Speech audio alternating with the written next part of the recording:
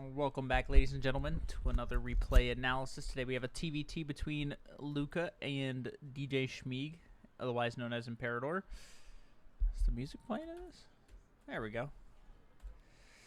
So, take a look at our notes. The notes were, played a very good TvT versus strong Terran player. He just seemed to have more army and better upgrades than me. Any advice or input is appreciated.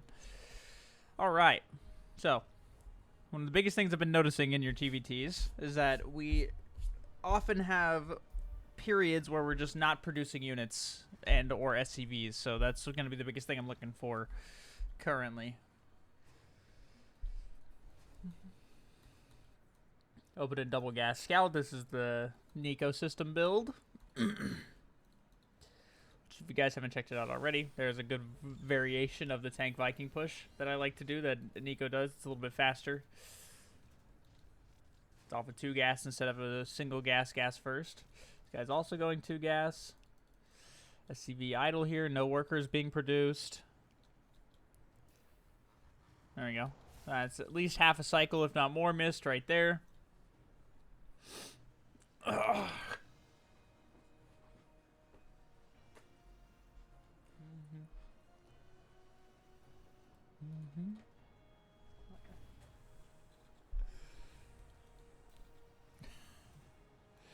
All right, second CC coming down.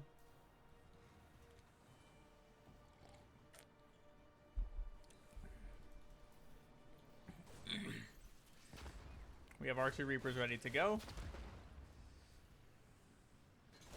So, it's definitely, considering how aggressive he's being, it's almost a given that a Hellion's coming afterwards, because otherwise why would he just be being the aggressor with 2 Reapers? It's almost a guaranteed loss against Cyclone, right?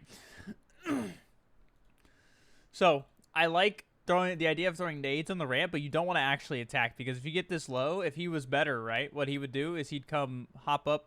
There's a, if I'm not mistaken, there's a cliff on this side and or this side, but just hop up into your base with the Reapers and have the Hellion shoot from the low ground. Yeah, there's a cliff. Nice. Cyclone pops out in time. And we've caught back up on the SCV count. Things are looking nice now.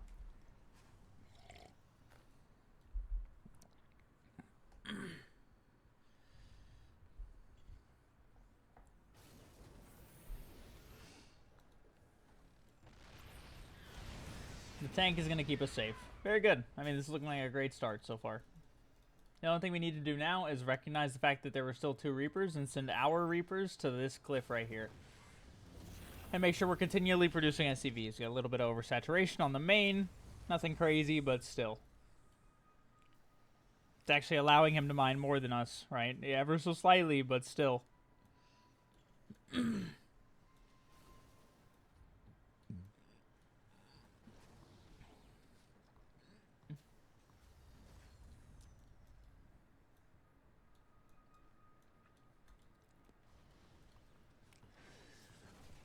Alright, and now we're getting ready to go.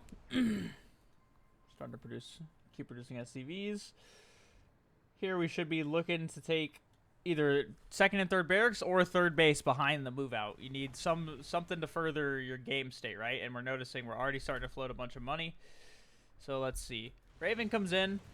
Auto turret kills 5 SCVs, which isn't ideal. So we're definitely down a bit. We're not building any more workers. We have a ton of cash. We're not, so a little bit of idle time on our production structures, but most importantly, no third base or extra production started while this is happening.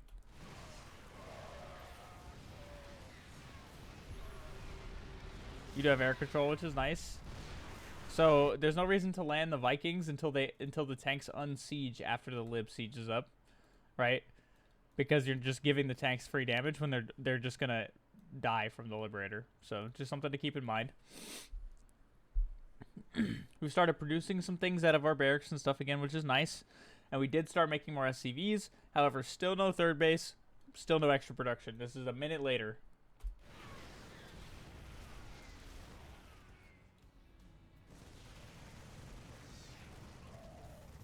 It's not going to kill the lib, which is nice.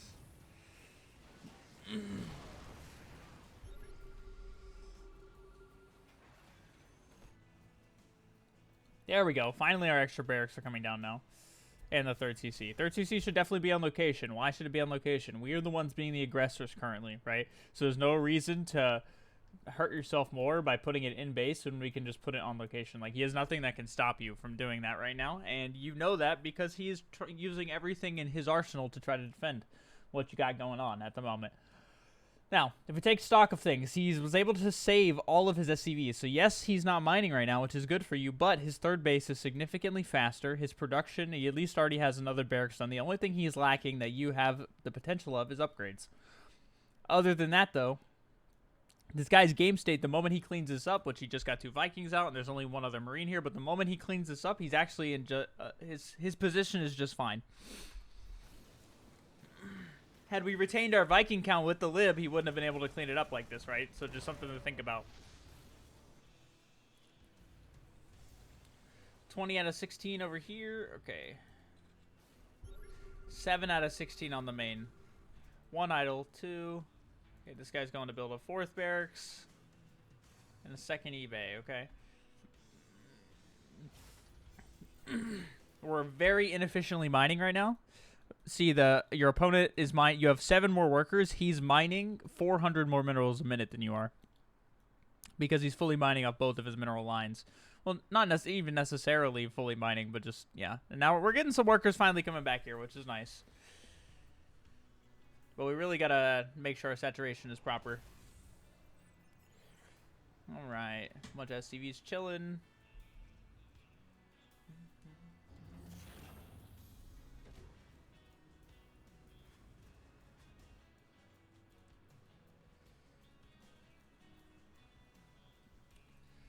So we do have stim, we do have combat shields. +1's about to finish, so we can start 2-1. How many workers do we have not mining right now? 1, 2, 3, 4, 5. These are your depot guys, but they still count. Currently 5 out of 55 workers not mining. Just, it's 10% of our eco, right? Or 9%. There's nothing going on, otherwise I wouldn't be harping about it.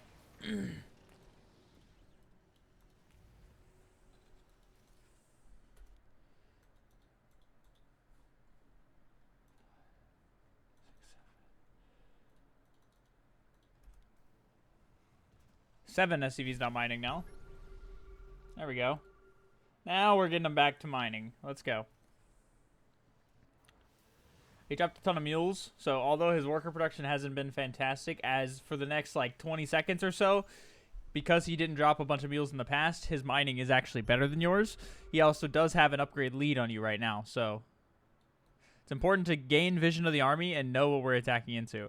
Also, in this guy's case, he built a ton of barracks, right? He's on 7 racks across 3 bases, and with his SCV count, he normally wouldn't be able to support it, but like we just talked about, he dropped like 10 mules at once, right? Because he saved them all up, which isn't necessarily a good thing. But what it does mean is that he has 66 Marines to 36. So it's important that we get eyes on this army before we actually engage. Which he just got eyes on your army, so now he knows to move in there. And we stem in with way less numbers and 1 less upgrade. So it's one of those things where I understand that you're eager to fight, but there's no reason for us to be fighting here. Look how close our upgrades are to finishing, right? Does it make that much sense that we're fighting right now? No, it doesn't. So we're also still only on 4 barracks. We want to be up to at least 7 across 3 bases and grabbing a 4th CC. But yeah, so the difference in army size is straight up because he has 7 racks and you have 4.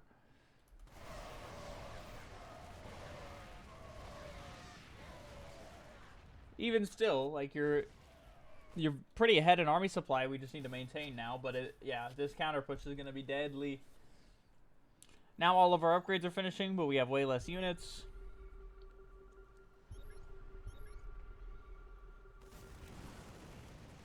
Our tanks are out of position.